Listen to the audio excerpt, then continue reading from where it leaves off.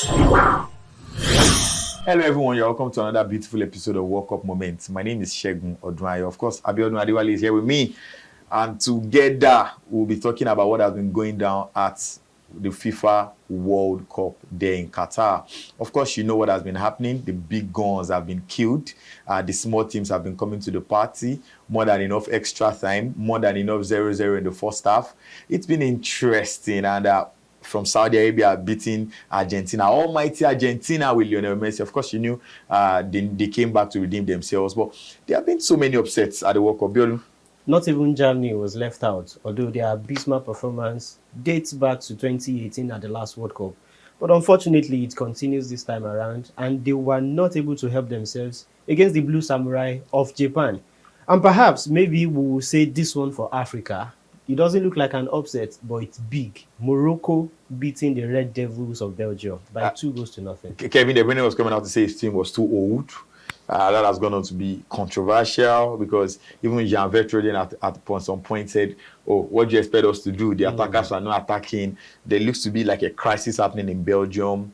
Somehow England themselves playing against USA and Iran. The USA after defeating Iran like they were going to score 50 goals in a competition. Could not even get one against the United States. Soccer versus football. We had no win at the end of the day. American English versus British English, but eventually we still don't know what to call it. Is it soccer or is it football? Is it gonna win or is it going to? I mean, okay, but then you have to pity Belgium, and unfortunately, the crisis even got to Brussels because protest and crisis erupted in the capital city of Belgium after their 2-0 defeat against Morocco. You have to pity them. Their golden generation has aged. It's looking not too golden anymore. And nothing is looking golden for them at the moment. And they've passed their prime and doesn't look like they are going to win anything anytime Still soon. talking about violence, an unfortunate one in Cameroon after Mbolo scored against them. This is the first time as at checking history that somebody will score a goal at the World Cup and you wouldn't celebrate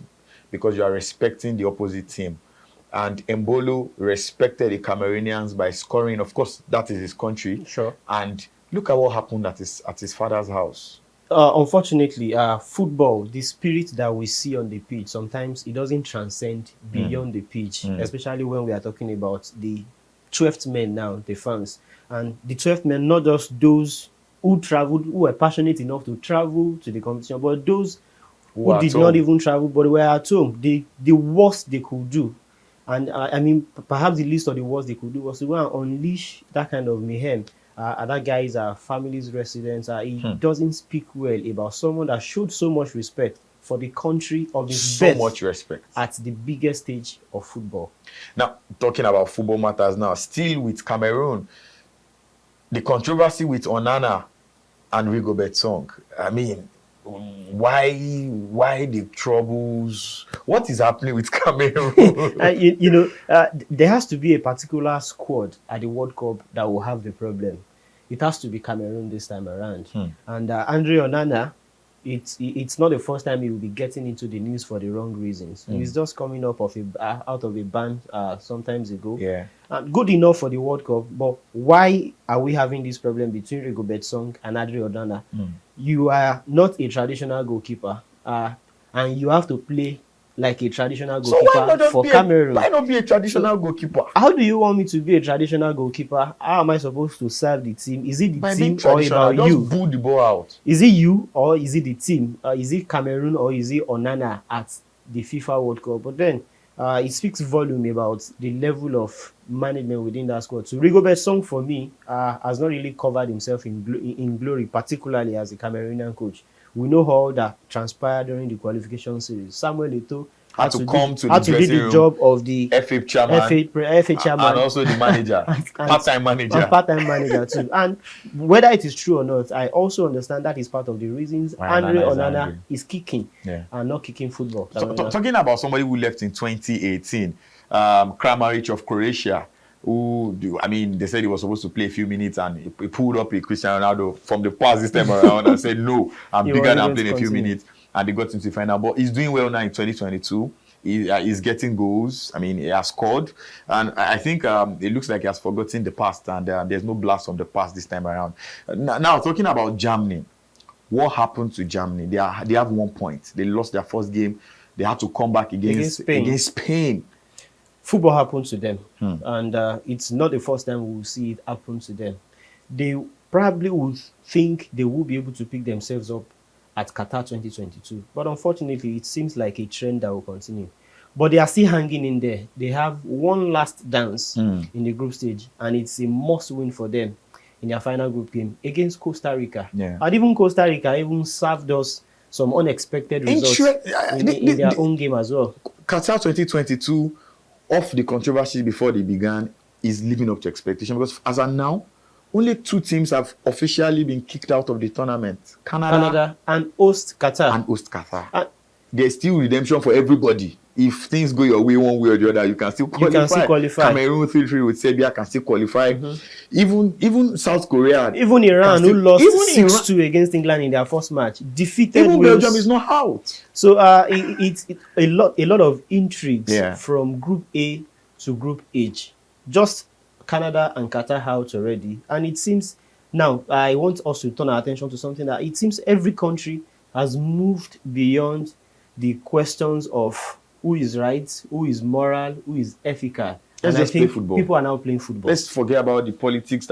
Give us good moments on the pitch of play. The fans want to celebrate. Look at Ashraf Hakimi and his mother. And his mom. Look at Kevin De Bruyne and his family. Look at Eden Hazard and his family. This is a World Cup of fun. We saw the family picture of Bukayo Saka. Saka. That was the first time I was actually seeing his family. The World Cup brought it out. And will England, how far will England go? Coming into this World Cup, they are the only European team to have got to the semi-final of the last 2 competitions they played in. Yeah. The Euro 2020 and the last World Cup. Exactly. So if anybody will say, like me, that is just one of the things you have to look at to think that they should be able to go far again this time. They've been singing this song. I'm very sure most of the players that are on parade now were so little when England started singing "It's Coming Home." Yeah, it's coming. It's been coming home since forever. So, but it has refused to come home for one reason or the other. Maybe this time might just be the time that they have to force it. But what we saw against USA does not look like it would even take it to the doorstep. Most times the third games are always okay. We've done well in the first 2 games. Let us put in our fringe players, the guys that will most likely not make it when we need to call on other players at the quarterfinal level. But looks like many of these countries will be needing the 3rd game to survive. Almost all these countries, Argentina, Portugal, we don't know what's going to come out of their 2nd game. But look at Belgium. Everybody's coming to the 3rd game with the Cameroon, Ghana. Nobody is secure yet. Germany, Spain. Okay, even Spain with 4 points can't even still be, even England, if they're not careful. Cameroon recorded 3-3 draw. Yeah. Thriller. And some people are saying that is the game of the tournament. The game of the tournament. Yeah, that's what everybody's saying. Having showed that kind of performance, now they have all to play for against Brazil in their last game. Now, a Brazil without a Neymar, somebody was saying that we want to see what a Brazil without Neymar would look like, because we saw them with Neymar against Serbia. They went on with the trend of 0-0 first 45 minutes, and the second half they needed some brilliance to break down Serbia. Now, the question is, now they are without Neymar. We cannot argue against the fact that Neymar makes that team tick. It's clear as day. What will a Fred bring to this team? Probably will come off, probably Rodrigo comes on. Can they play the 10 position like Neymar? Whatever plays out in the other group games between every other person there, how safe are Cameroon coming up against Brazil in their last game? Still looking for qualification into the round of 16. That's what the World Cup does to you. That's what the World Cup does to you, especially Qatar. Lots of 0-0s here and there. Lots of yellow cards. So many injured players are playing with the pain. There was a picture of Heung-min Son with plaster all over his thigh. Neymar, you saw the picture of his ankle. Really nasty to see. Everybody wants to play. It's the World Cup. Everybody, even Heung-min Son came to the World Cup with a mask. The Osimhen style, he had to play. They said Batman.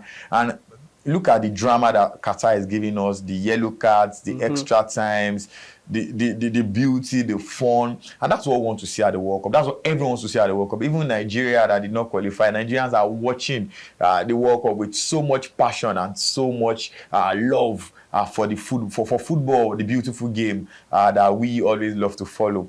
Well, it's been interesting. We'll be coming your way again with a bumper package. This is going to be coming in the 3rd leg, of course, after the 3rd, during or after the 3rd round of games, and it's going to be another wonderful beautiful time here with you. Abionu Adewale, Abionu, your last words. Well, at that time, we will be saying it is the separation of the boys from the men. But of course, this is the men's game. And those that are even bowing out are bowing out with their heads high.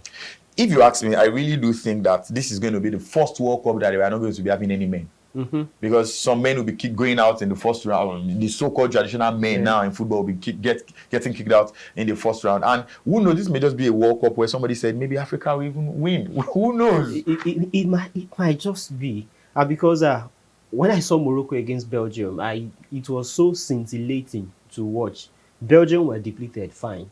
But Morocco came with some masterclass. They brought their A game in the second half. That we've not seen an African team do at any level at the World Cup. Maybe and Ghana, perhaps Ghana, 5 goals already. Maybe the last time Africans saw something like that was probably Nigeria versus Italy in 1994 or Ghana versus Uruguay in 2010. I hope we are still going to get more interesting stuff from the African teams. And in general, I do hope all the teams bring their very best. Lionel Messi came to the party when he was needed the most. See his family celebrating in that video. How cruel, how unfair is it going to be for anyone to wish that Argentina will leave the World Cup at the group stage and then we just miss out on the greatness of Lionel Messi?